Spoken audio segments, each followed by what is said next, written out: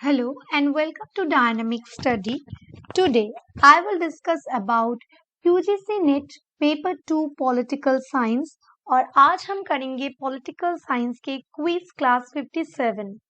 आज हम 10 एमसीक्यू को प्रैक्टिस करेंगे और ये एमसीक्यूज है 11 अक्टूबर 2022 के सेकेंड हाफ के क्वेश्चंस के ऊपर बेस करके। तो स्टार्ट करते हैं आज के लेक्चर को। पहला क्वेश्चन देखते हैं। फर्स्ट क्वेश्चन में है लिस्ट 1 के साथ लिस्ट 2 को मैचिंग। सो शेड्यूल के साथ उसके प्रोविजंस को मैचिंग करना होगा। ये कॉन्स्टिट्यूशन से क्वेश्चन है। सो फर्स्ट है administration and control of schedule areas and schedule tribe. जो शेड्यूल एरियाज है और शेड्यूल ट्राइब्स है वहां के प्रशासन के लिए कैसे हम उसको प्रशासन करेंगे। जो वो शेड्यूल होगा वो शेड्यूल के उसके साथ कौन सा शेड्यूल जाएगा, ओके ये मैच करना हो। नेक्स्ट है list of official language. Third है provision of lease state union concurrent and oath affirmation of the union and state ministries. कौन से किसके साथ जाएगा। So administration and control of schedule areas and schedule tribe ये जाएगा 5th schedule के साथ। List of official language 8th schedule के साथ। Provision of list 7th schedule. Oath and affirmation 3rd schedule. So correct जो ऑर्डर यहाँ पर होगा वो होगा कौन सा 1, 4, 3 and 2। Option d is the correct answer. Next question देखते हैं। नेक्स्ट क्वेश्चन में अकॉर्डिंग टू हेगेल के अकॉर्डिंग क्या है। War is not to be regarded as an evil but a virtue. War जो युद्ध है वो एक इविल नहीं है, वो एक गुण है। Okay word effectively displays the irony of divine ideas. जो वर्ड है वो डिवाइन आइडियाज का इच्छा है। Word destroys the selfish egoism of the individual. जो युद्ध है वो क्या करता है, जो इंडिविजुअल के स्वार्थ पर चिंता है उसे डिस्ट्रॉय कर देता है, ध्वंस कर देता है। The state of war shows the omnipotence of the state in the individuality. वो एक ओमनीपोशंस दिखाता है स्टेट ऑफ वॉर मतलब। Next humanity never needed war and the gun is chance of invasion. Humanity कभी भी वॉर नहीं चाहता, वो गन एक इन्वेंशन है, एक चांस है इन्वेंशन का। सो यहाँ पर जो करेक्ट स्टेटमेंट है वो है D C B A. Okay so right answer is D C B A, मतलब option A is the right answer. Next question देखते हैं। Which of the following are correctly match. Correctly match कहाँ किसके साथ होता है, इसका हेडक्वार्टर है। एक तरफ है International court of Justice Hague, who London, International criminal Court Rome, IAEA New York. So correctly match कौन से हो रहे हैं यहाँ पर जो करेक्टली मैच हो रहे हैं वो हो रहे हैं A एंड C, मतलब international court of justice and international criminal court दोनों।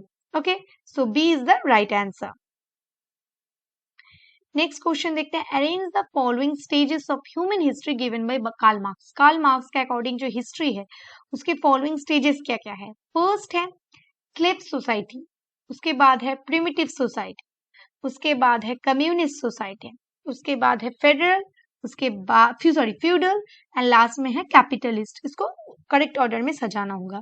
तो सबसे पहले जो आता है वो होता है प्रिमिटिव, उसके बाद स्लेव, उसके बाद फ्यूडल, उसके बाद कैपिटलिस्ट एंड उसके बाद कम्युनिस्ट सोसाइटी। सो जो करेक्ट ऑर्डर होगा BADEC, मतलब right answer is option C is the right answer. Next question देखते हैं। The concept of political culture involves 3 components of individual orientation. 3 components के बारे में बात करता है पॉलिटिकल कल्चर। कौन से cognitive orientation, affective orientation and evaluative. Who statement, ये स्टेटमेंट किसने दिया था। एलन बॉल ने, लुशियन पाई एंड वार्मर ने, सिडनी वार्मर ने, एल्मोंड एंड पावेल ने या रोज एंड डोगन ने।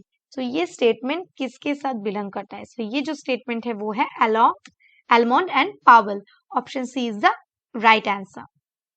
नेक्स्ट क्वेश्चन देखते हैं। Which ones are true about passive resistance Satyagraha. ये दोनों में सत्य कौन सा है इन दोनों के बारे में।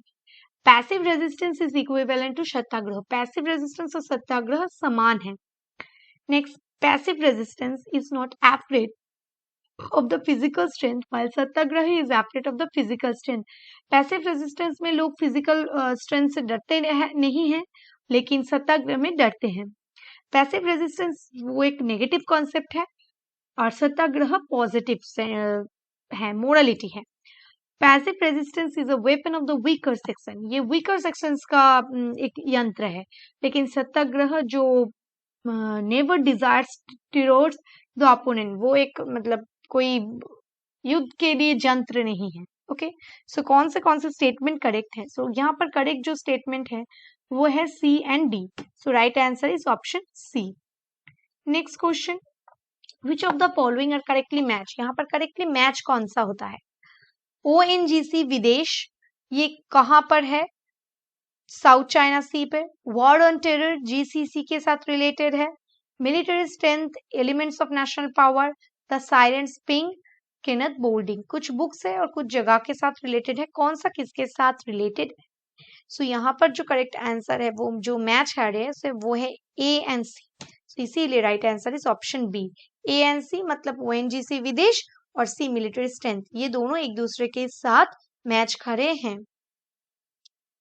नेक्स्ट क्वेश्चन देखते हैं, who said whether you call it a federal constitution or a unitary constitution or by any other name, it makes no difference as long as the constitution serves its purposes। इसे तुम federal कहो या unitary कहो, ये अगर अपना constitution का जो पर्पस है इसे फुलफिल कर रहा है, एज लॉन्ग नो डिफरेंसेस इनमें कुछ नहीं है, अगर कॉन्स्टिट्यूशन इसका पर्पस को सर्व करे। अंबेडकर जी ने कहा, जवाहरलाल नेहरू जी ने कहा, राजेंद्र प्रसाद जी ने, या P सीतारमैया, किसने ये स्टेटमेंट कहा? ये स्टेटमेंट बिलोंग्स करता है Rajendra Prasad, the first president of India. Okay, option C है। नेक्स्ट क्वेश्चन है, ऑरेंज रिवॉल्यूशन कौन से देश के साथ रिलेटेड है? ये पोलैंड के साथ, यूक्रेन के साथ, रशिया के साथ या मोल्दोवा के साथ? ये जो वर्ड है ये रिवॉल्यूशन रिलेटेड है यूक्रेन के साथ। Option B is the right answer.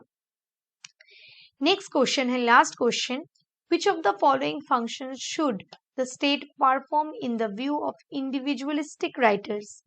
कौन से functions हैं जो स्टेट को परफॉर्म करना चाहिए इंडिविजुअल राइटर्स के लेकर? ओके, फर्स्ट है maintenance of international law and order, को मेंटेन करने के लिए। Next, to make rules regarding property, property को लेकर रूल्स बनाने के लिए। Next, protection from foreign aggression, जो फॉरेन एग्रेशन है उससे प्रोटेक्शन देने के लिए। Next, to implement such mutual agreements which are legally valid, कुछ म्यूचुअल एग्रीमेंट्स को इम्प्लीमेंट करने के लिए जो वैलिड है।